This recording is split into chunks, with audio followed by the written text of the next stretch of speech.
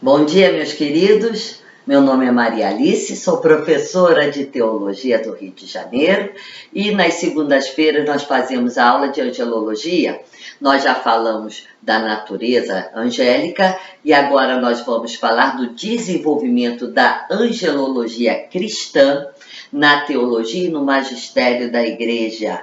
Espero todos vocês no meu canal do YouTube, Alice Bíscaro, dê o seu like, compre a apostila para que tenha um melhor entendimento dessa matéria, porque aqui, infelizmente, eu não posso, falar todos os temas que estão contidos na apostila. Então, aqui a gente faz umas aulas, com teor menor.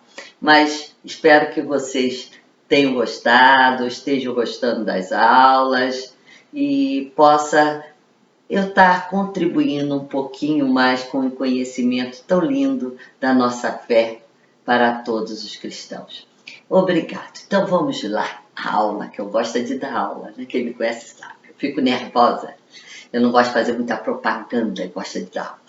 Os padres combatendo a gnose, os gnósticos, e suas hierarquias celestes ressaltavam a criaturaridade dos anjos, sua total dependência em relação a Jesus Cristo. Então, os anjos têm total dependência a Jesus e o seu serviço à igreja. Então, ele é dependente de Jesus e está a serviço da igreja no contexto da economia salvífica. Quer dizer, eles vêm até nós a serviço de Deus para a nossa salvação. Então, isso fica muito bem claro na história da angelologia, nesse percurso da angelologia cristã, dentro principalmente da patrística. Importante era a percepção das atividades dos anjos no Antigo Testamento, que vão preparar para a vinda do Cristo. No Novo Testamento, eles servem ao reino de Deus e aos eleitos, que somos nós, cristãos. A doutrina da Escritura e da tradição eclesial foi acolhida de modo normativo no Quarto Concílio de Latrão, em 1215, então, no século XIII. Aí se afirma dogmaticamente a existência dos anjos. Então, só é afirmado dogmaticamente como uma verdade de fé na igreja no século XIII, 1215, no Quarto Concílio de Latrão. Aí vai se afirmar o Deus unitrino, único princípio universal, Criador de todas as coisas visíveis e invisíveis, espirituais e materiais, que com sua força onipotente desde o princípio do tempo, criou do nada uma e outra ordem de criaturas. Então, as criaturas materiais e as criaturas espirituais, que são os anjos. As espirituais e as materiais, os anjos e quem estão aqui no mundo terrestre, que tem matéria, corpo, e depois o homem como participante de um e de outro, composto o quê? De alma e corpo. Então nós temos o corpo, matéria, mas também somos seres espirituais porque nós temos a alma. Então, isso vai ser a definição do Concílio IV de Latrão no século XIII. Quanto à essência angélica, a doutrina mais antiga afirmava uma corporeidade sutil. Então, era um corpo, vamos assim, que nem a gente visse assim, só a linha, nublado. Depois, Gregório de Nissa defendeu a não corporeidade, pura espiritualidade angélica. Na Idade Média havia ainda disputa em torno do tema com Tomás de Aquino, porque Tomás de Aquino vai defender a pura espiritualidade. E não se esqueça, nós somos uma igreja tomista. Tomás de Aquino. Então, o magistério vai estar com Tomás. Então, ele defende a pura espiritualidade. Enquanto a escola franciscana inclinava para essa corporeidade, professor, hoje está com a língua travada, corporeidade sutil.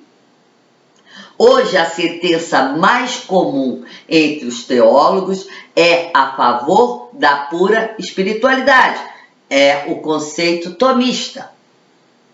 Apesar de haver alguns teólogos, como Karl Rahner, vocês já devem ter escutado falar, que sustenta a opinião dos franciscanos dessa sutil corporeidade. O magistério eclesial não tem nenhum pronunciamento dogmático sobre esse tema particular. Então, o magistério aceita uma visão da corporeidade sutil, com algumas restrições, porque ele é mais inclinado à ideia da pura espiritualidade. Então, não tem corpo. Esse é o magistério da igreja mais inclinado a essa posição. Quanto às aparições angélicas, trata-se de um fenômeno de difícil, se não impossível explicação. Certamente a teologia não deve se aventurar neste campo, sobretudo atualmente, quando sabemos o quanto o inconsciente humano é rico e complexo e temos a consciência mais clara que a ação de Deus não é exterior, mas interior à sua própria estrutura natural. Poderíamos, como mera hipótese, conjecturar duas explicações. Primeiro, o anjo produziria uma psique, na psique humana, o conhecimento e o amor de acordo com o plano divino de salvação. Porque não vamos esquecer que o anjo está subordinado a Cristo Jesus e que ele entra na história para nos ajudarmos a chegarmos ao reino de Deus. Então ele faz parte dessa economia salvífica. E segundo, o próprio Deus opera no homem através dos anjos, determinados movimentos espirituais em conformidade com o plano eterno de salvação. Então, Deus age quando Ele quer e da forma que Ele quer. Nós não podemos pegar Deus e colocar dentro da nossa caixinha, dentro das nossas limitações humanas, porque Deus está além disso. Então, Ele age como quer, na hora que quer e da forma que Ele quer. Concluímos, então, que não poderíamos deixar nunca de salientar, mais uma vez, que a angelologia cristã haverá de ser sempre fundamentada e limitada pela Sagrada Escritura, porque senão não vira angelologia cristã, vira esoterismo. Então é uma linha muito tênue e a gente tem que ter muito cuidado com isso. Senão eu não me torno professora de teologia, aí eu vou ser esotérica. Então eu tenho sempre que me ater à Sagrada Escritura, à patrística e o magistério. Isso é teologia. Senão vira outra coisa, certo? Por isso que eu tenho muito cuidado, eu sempre estou falando da Sagrada Escritura, dizendo aonde está na Sagrada Escritura. As minhas apostilas têm todo esse arcabouço das fontes, porque isso é muito importante. Agora, nós vemos que a gente não pode sair da Sagrada Escritura sem se perder com algumas alucinações que vai descambar, muitas vezes, numa demonologia grega. Então, é difícil falar sobre anjos. é difícil, sem se perder do cristianismo e do magistério. A chave hermenêutica de toda a angelologia são a cristologia e a antropologia. São Tomás de Aquino afirmava que os anjos também pertencem ao corpo cuja cabeça é Cristo, né? Então nós já falamos dessa hierarquia angélica, porque se eu coloco os anjos acima de Cristo, eu estou caindo numa heresia, então eu tenho que ter cuidado. Existe essa hierarquia e nós temos que entendê-la direitinho, para não sermos hereges dentro da nossa própria igreja. No seu parecer, quer dizer, o parecer de São Tomás não é no meu, tá? A própria santidade angélica está configurada por Cristo, uma angelologia que ultrapassa tais limites, sem dúvida não seria uma boa teologia. O cristão atual manterá a fé na existência dos anjos no sentido da Escritura e da Igreja.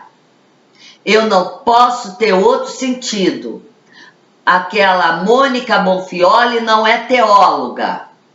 Vendeu mais livro, foi best-seller. Em vez do cristão ler o magistério da igreja, compra o livro da Mônica Bonfioli. Me desculpa, né?